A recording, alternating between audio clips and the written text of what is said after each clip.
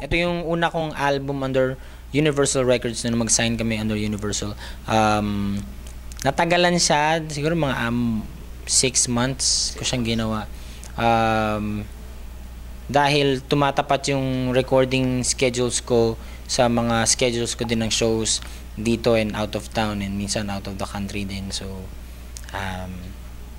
kaya natagalan na. Pero, ano naman, nahanapan naman namin ng mga sked din na libre kami, kaya natapos din namin. And kailangan din namin tapusin dahil may sinusunod din kami mga deadlines.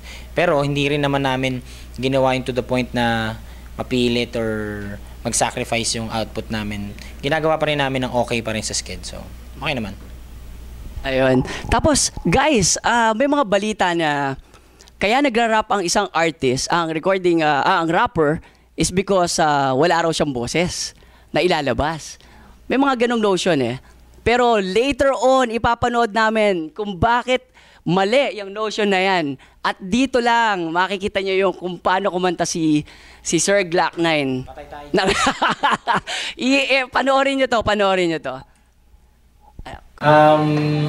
Lagi kong kinakanta nung bata ako, yung kanta ni Ogie.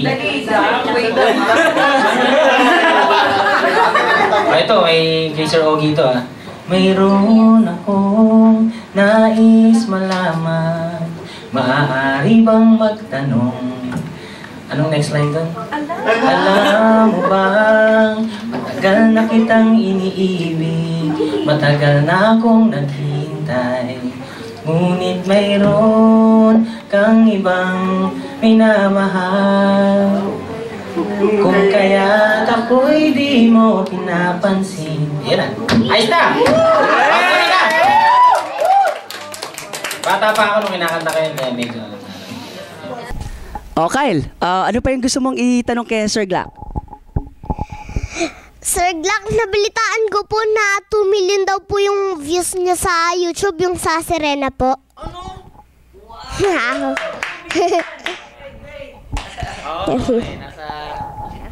Nasa 2 million 2 million something.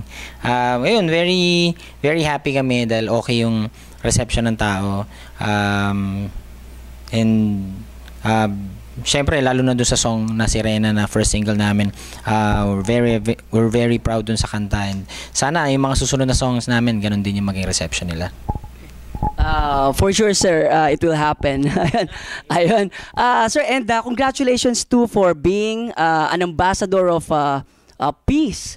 Wow, talagang appointed daw kayo as an ambassador of peace. And wow, great, sir. Ano ba pakiramdam na mabigyan kayo ng citation na gano'n at ma-classify kayo as such?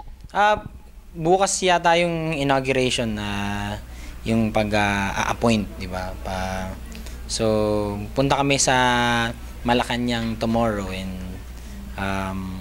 yun, very happy din ako dahil syempre ibang klaseng pagkakataon yun yung chances na makukuha namin out of it, and syempre makakabisita kami sa iba-ibang lugar ng Pilipinas. So syempre, pag nalaman to ng mga nanay at tatay ko, medyo matutuwa rin siguro yun. So, for sure. So yun, exciting. Very, very excited dun sa mangyayari. Then marami pang ibang artist din nakasali. So, sana sa mga programs na gagawin nila at makakasama kami, magkita-kita tayong lahat. Well, at this point in your career, sir, ano pa yung pwede nyo pang mahiling, sir? Parang nasa inyo na lahat Parang, ano pa ba, sir? Siguro simple lang naman yung isang wish ko, makapag-provide ako sa mga anak ko and bigyan sila ng magandang buhay, mapatapos ko sila ng school.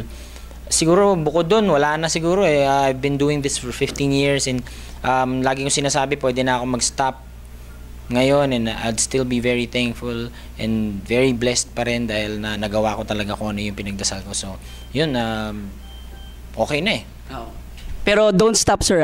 The industry needs you. Ayun. Ayun, sir. Please invite all our viewers to get and catch your album, sir. Sige, lahat po ng mga taga-subaybay ninyo, sana po makabili po kayo ng original copy ng mga kwento ng Makata under Universal Records. Ang aking bagong album po, pinaghirapan po namin to, and masasabi ko po na sulit po. Medyo parang parang kung sa akin nga po, sa mga artist na isinali namin sa album na to, kasama namin dito si Jay Durias, Bamboo Manyalak, Chito Miranda, Evidancel, maraming artist pa ang sinama namin.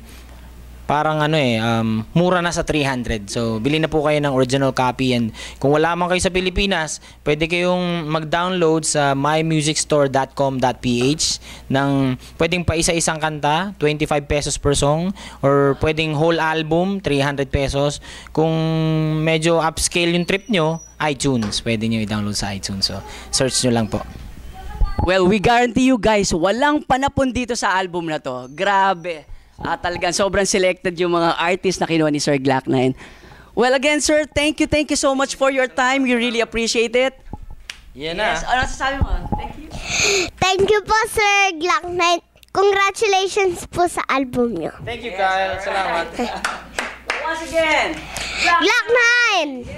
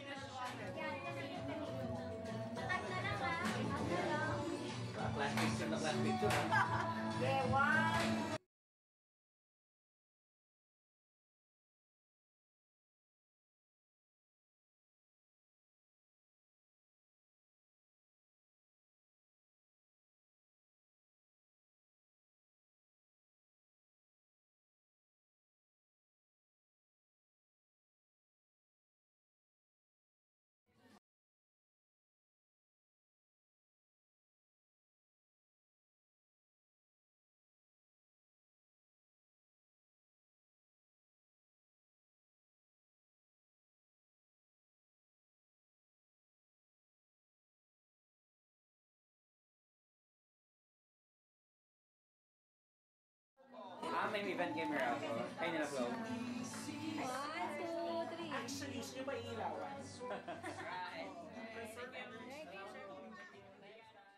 Salamat po. Ayan naman. Ricky Damn!